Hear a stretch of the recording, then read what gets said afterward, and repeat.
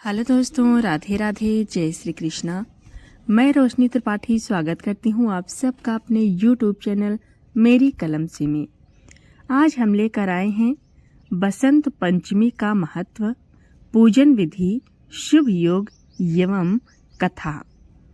हिंदू धर्म में बसंत पंचमी को विद्या, विवेक और नई शुरुआत का पर्व माना जाता है। इस दिन माँ सरस्वती की पूजा का विधान बताया गया है। इस दिन देवी को उनके प्रिय भोग, फल और पीले वस्त्र अर्पित करने से विशेष फल की प्राप्ति होती है। धार्मिक मान्यताओं के अनुसार बसंत पंचमी पर पूजा करने से पुराने दोष कम होते हैं और ज्ञान का मार्ग खुलता है। पंचांग के अनुसार बसंत पंचमी हर वर्ष माघ मास के शुक्ल पक्ष की पंचमी तिथि को मनाई जाती है। वर्ष 2026 में बसंत पंचमी का पर्व 23 जनवरी शुक्रवार को मनाया जाएगा। इस पर्व की तिथि की शुरुआत 23 जनवरी यानी शुक्रवार रात में 2:33 पर होगा और तिथि का समापन 24 जनवरी यानी शनिवार रात में 1:46 पर होगा। बसंत पंचमी पर मां सरस्वती की पूजा का मुहूर्त 23 जनवरी को सुबह 7:33 से शुरू होकर दोपहर 12:33 तक रहेगा। बसंत पंचमी शुभ संयोग। ज्योतिषियों के अनुसार यह दिन विशेष इसलिए माना जाता है क्योंकि यह दिन अबूझ मुहूर्त की श्रेणी में आता है, अर्थात इस दिन विवाह, गृह प्रवेश, नया वाहन खरीदना, संपत्ति से जुड़े सौदे या फिर किसी नए काम की शुरुआत बिना किसी मुहूर्त के की जा सकती है। इस वर्ष बसंत पंचमी के दिन कई दुर्लभ संयोगों का निर्माण होने जा रहा है। इस दिन परित योग और शिव योग का प्रभाव रहेगा, जिसे आध्यात्मिक उन्नति और कार्यों में सफलता देने वाला माना जाता है। इसके अतिरिक्त रवि योग का निर्माण भी हो रहा है, जो नकारात्मक प्रभावों को कम करता है और मान सम्मान में वृद्धि करता है। इन योगों में की गई पूजा और शुभ कार्य लंबे समय तक सकारात्मक परिणाम दे सकते हैं। इसके अतिरिक्त इस दिन रवि योग का निर्माण भी होगा, जिसका मुहूर्त दोपहर 2:33 से शुरू होकर 24 जनवरी को सुबह 7:13 तक रहेगा। बसंत पंचमी पूजन विधि। बसंत पंचमी के दिन प्रातः काल स्नान के बाद पीले वस्त्र धारण करना शुभ माना जाता है। इस दिन पूरे विधि विधान से मां सरस्वती की पूजा अर्चना की जाती है। पूजा के लिए मां सरस्वती की प्रतिमा को पीले रंग के वस्त्र पर स्थापित करें और रोली, मौली, हल्दी, केसर, अक्षत, पीले या फिर सफेद पुष्प तथा पीली मिठाई अर्पित करें। इसके बाद माता सरस्वती की वंदना करें और पूजा स्थल पर पुस्तकों व वाद्य यंत्रों को रखें। पूजा की सभी तैयारियों के पश्चात बच्चों को पूजा स्थल पर बैठाकर आशीर्वाद दिलवाएं। बसंत ऋतु के आगमन के कारण इस दिन देवी को गुलाब अर्पित करने की परंपरा है। साथ ही गुलाल से एक दूसरे को टीका भी लगाया जाता है।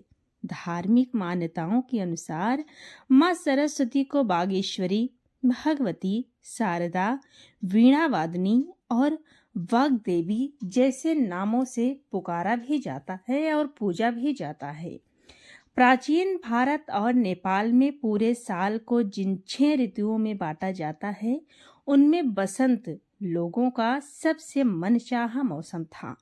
जब फूलों पर बहार आ जाती है, खेतों में सरसों का फूल मानो सोना चमकने लगता है, जौ और गेहूं की बालियां खिलने लगती हैं, आमों के पेड़ों पर मांजर आ जाता है और हर तरफ रंग बिरंगी तितलियां मंडराने लगती हैं, भर भर भौरे भौराने लगते हैं। बसंत ऋतु का स्वागत करने के लिए माघ महीने के 5वें दिन एक बड़ा उत्सव मनाया जाता है, जिसमें विष्णु और कामदेव की पूजा होती है। ये बसंत पंचमी का त्योहार कहलाता है। अब आगे है बसंत पंचमी की कथा।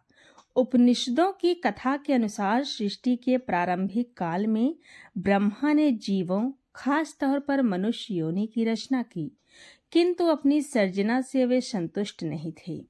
उन्हें लगता था कि कुछ कमी रह गई है, जिसके कारण चारों ओर मौन छाया रहता है। हालांकि उपनिषद व पुराण ऋषियों को अपना अपना अनुभव है। अगर ये हमारे पवित्र शत ग्रंथों से मेल नहीं खाता तो यह मान्य नहीं है। तब ब्रह्मा जी ने इस समस्या के निवारण के लिए अपने कमंडल से जल अपने हथेली में लेकर संकल्प स्वरूप उस जल को छिड़क कर भगवान श्री विष्णु की स्तुति करनी आरंभ की। ब्रह्मा जी के किए स्तुति को सुनकर भगवान विष्णु तत्काल ही उनके सन्मुख प्रकट हो गए और उनकी समस्या जानकर भगवान विष्णु ने आदिशक्ति दुर्गा का आवाहन किया। विष्णु जी के द्वारा आवाहन होने के कारण भगवती दुर्गा वहां तुरंत ही प्रकट हो गईं। तब ब्रह्मा एवं विष्णु जी ने उन्हें इस संकट को दूर करने का निवेदन किया। ब्रह्मा जी तथा विष्णु जी की बातों को सुनने के बाद उसी क्षण आदिशक्ति दुर्गा मैया के शरीर से श्वेत रंग का एक भारी तेज उत्पन्न हुआ, जो एक दिव्य नारी के रूप में बदल गया। यह स्वरूप एक चतुर्भुजी सुंदर स्त्री का था, जिनके एक हाथ में बीड़ा तथा दूसरे हाथ में वर मुद्रा थे। अन्य दोनों हाथों में पुस्तक एवं माला थी। आदि शक्ति श्री दुर्गा के शरीर से उत्पन्न तेज से प्रकट होते ही उन देवी ने बीड़ा का मधुर नाद किया, जिससे संसार के समस्त जीव जंतुओं को वाणी प्राप्त हो गई। जलधारा में कोलाहल व्याप्त हो गया। पवन चलने से सरसराहट होने लगी। तब सभी देवताओं ने शब्द और रस का संचार कर देने वाली उन देवी को वाणी की अधिष्ठात्री देवी सरस्वती कहा। फिर आदिशक्ति भगवती दुर्गा ने ब्रह्मा जी से कहा कि मेरे तेज से उत्पन्न हुई ये देवी सरस्वती आपकी पत्नी बनेंगी। जैसे लक्ष्मी श्री विष्णु की शक्ति हैं, पार्वती महादेव की शक्ति हैं, उसी प्रकार ये सरस्वती देवी ही आपकी शक्ति होंगी। ऐसा कहकर आदिशक्ति श्री दुर्गा सब देवताओं को देखते देखते वहीं पर अंतर्ध्यान हो गई।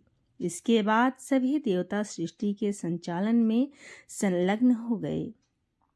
सरस्वती को वागीश्वरी, भगवती, शारदा, वीणा वादनी और वाग्देवी सहित अनेक नामों से पूजा जाता है। ये विद्या और बुद्धि प्रदाता हैं। संगीत की उत्पत्ति करने के कारण ये संगीत की देवी भी हैं। बसंत पंचमी के दिन इनके प्राकटोत्सव के रूप में भी मनाते हैं।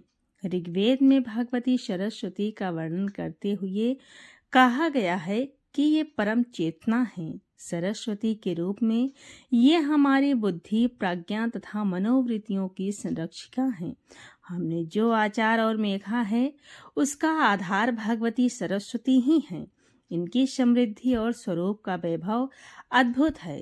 पुराणों के अनुसार श्री कृष्ण ने सरस्वती से प्रसन्न होकर उन्हें वरदान दिया था कि बसंत पंचमी के दिन तुम्हारी भी आराधना की जाएगी, और तभी से इस वरदान के फलस्वरूप भारत में, देश में बसंत पंचमी के दिन विद्या की देवी सरस्वती की भी पूजा होने लगी, जो आज तक जारी है। तो दोस्तों, ये थी बसंत पंचमी की कथा। आपको कैसी लगी कमेंट में ज़रूर बताएं, और अच्छी लगी तो अपने बच्चों में, अपने मित्रों में, अपने दोस्तों में शेयर ज़रूर करें।